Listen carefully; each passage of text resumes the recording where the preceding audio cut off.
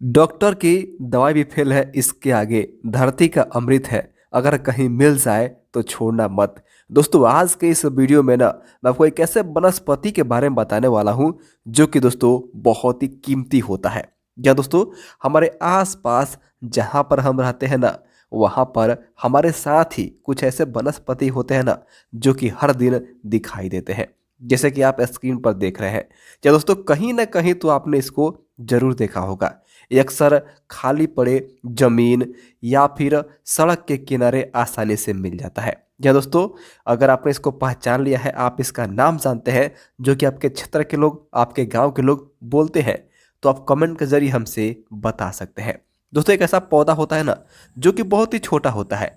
आप कह सकते हैं कि 1 से 2 फीट ऊंचाई होता है, लेकिन इसकी खासियत होती है ना कि जमीन पर पसरता है। क्या दोस्तों आप जो स्क्रीन पर देख रहे हैं ना, एक ऐसा वनस्पति है जिसकी सहायता से आप जो है ना सर के दर्द को ठीक कर सकते हैं। अगर किसी को गंजापन की समस्या है, बाल बहुत ज़्यादा झड़ते हैं, बाल सफ़ेद हो रहे हैं, तो यह बालों को काला करने का भी नुस्खा होता है। इसके साथ साथ दांतों में दर्द होना, जिन भाई और बहनों को तो दांतों के दर्द से भी निजात पा सकते हैं। इसके साथ साथ अस्थमा हो, खांसी हो, सर्दी खांसी हो, जुखाम की समस्या हो, उसके लिए भी बहुत ही फायदेमंद होता है। इसका इस्तेमाल करके आप ना दाद खाज खुजली को भी दूर कर सकते हैं। यहाँ तक कि इस वनस्पति का प्रयोग करके ना जिन लोगों को डायबिटीज की समस्या है तो डायबिटीज को कंट्रोल कर सकते हैं। क्या दोस्तों हम बात कर रहे हैं दूधी घास के बारे में। इसको बड़ी दूधी भी कहा जाता है, इसको दूधिया घास भी कहा जाता है। तो अगर आपने इसको पहचान लिया है ना तो कमेंट में इसका नाम जरूर बताइएगा। एक ऐसा घास होता है ना जो कि हमारे घर के आसपास खाली पड़े जमीन, नदी, नालों के आसपास या फिर छोटे मोटे जंगलों में मिल जाता है और यह बहुत ही गुणकारी होता है। तो इसको ना जिस तरह से मैंने उखाड़ा है बिल्कुल जड़ सहित, आप ऐसे ही इसको उखाड़ करके ले करके आए। इसके जड़ का भी प्रयोग होता है दोस्तों, इसके और तना का भी प्रयोग होता है, इसके पत्तियों का भी प्रयोग होता है। तो मैं विस्तार से आपको इसके बारे में जानकारी देने वाला हूं। अगर आपको ये जानकारी जरा सा ही पसंद आ रही है ना तो आप इस वीडियो को एक लाइक कर दीजिएगा। दोस्तों आपका एक लाइक करना ना हमारी मेहनत को सफल बनाता है। अगर आप वीडियो को लाइक करते हैं ना तो हम आपके लिए और भी जानकारियां लेकर के आने का प्रयास करते हैं। तो इसको जड़ सहित हमने उखाड़ लिया है। उखाड़ने के बाद क्या करेंगे ना, इसको साफ पानी से धो लेंगे।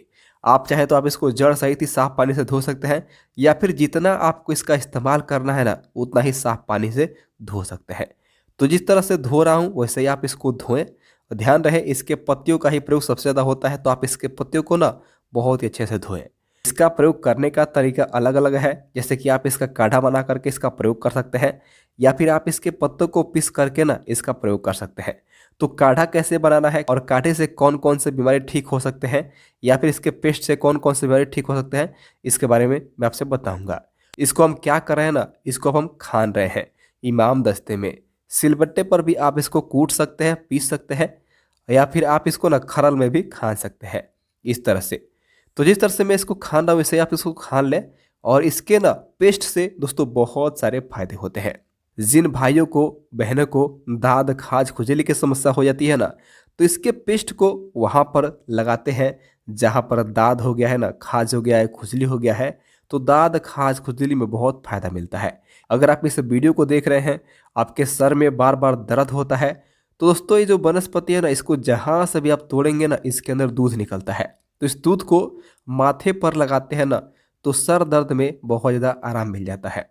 जिन भाई बहनों को दांतों में दर्द होता है, अक्सर हमारे दांतों में दर्द होता रहता है तो बहुत परेशान हो जाते हैं। तो जिन भाई बहनों को ना दांतों में दर्द होता है तो इसके मूल यानी कि इसके जड़ को रख करके चबाते हैं ना, जहाँ पर दर्द होता है वहाँ पर थोड़ी देर मुंह में रखते हैं ना तो दांतों के दर्द से निजात मिल जाता है।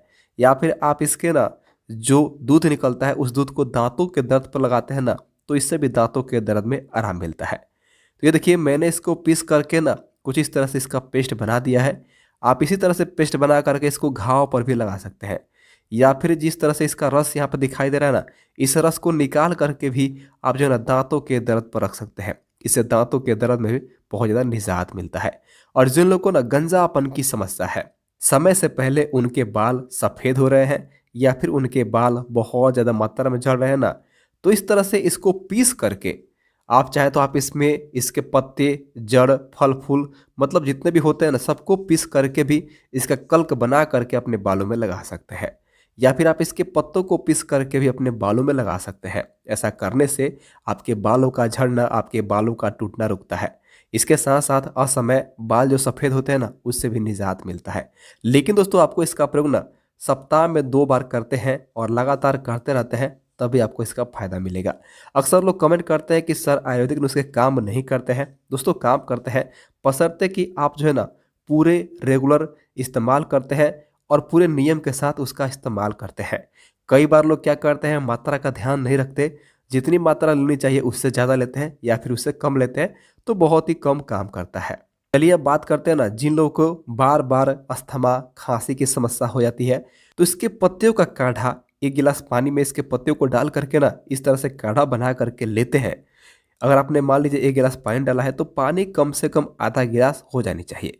इस काढ़े को लेकर के पीते हैं ना तो इससे अस्थमा, खांसी में बहुत फ़ायदा मिलता है। इसके साथ साथ इससे भी आपके दांतों के दर्द से निजात मिलता है।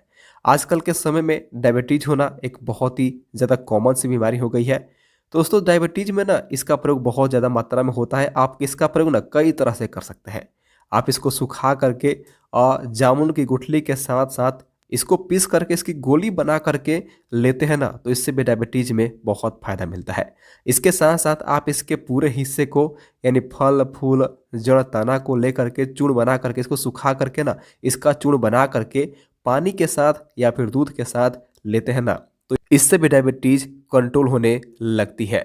तो आज के इस वीडियो को यहीं पे ख़त्म करते हैं। जानकारी अच्छा लगा हो तो इस वीडियो को लाइक करें, साथ में हमारे चैनल को सब्सक्राइब करें, बेल आइकन दबाएं, जिससे आपको हमारी आने वाली तमाम वीडियो की जानकारियाँ मिलती रहे। इस वीडियो को देखने के लिए धन्यवाद। नमस्कार दोस्तों।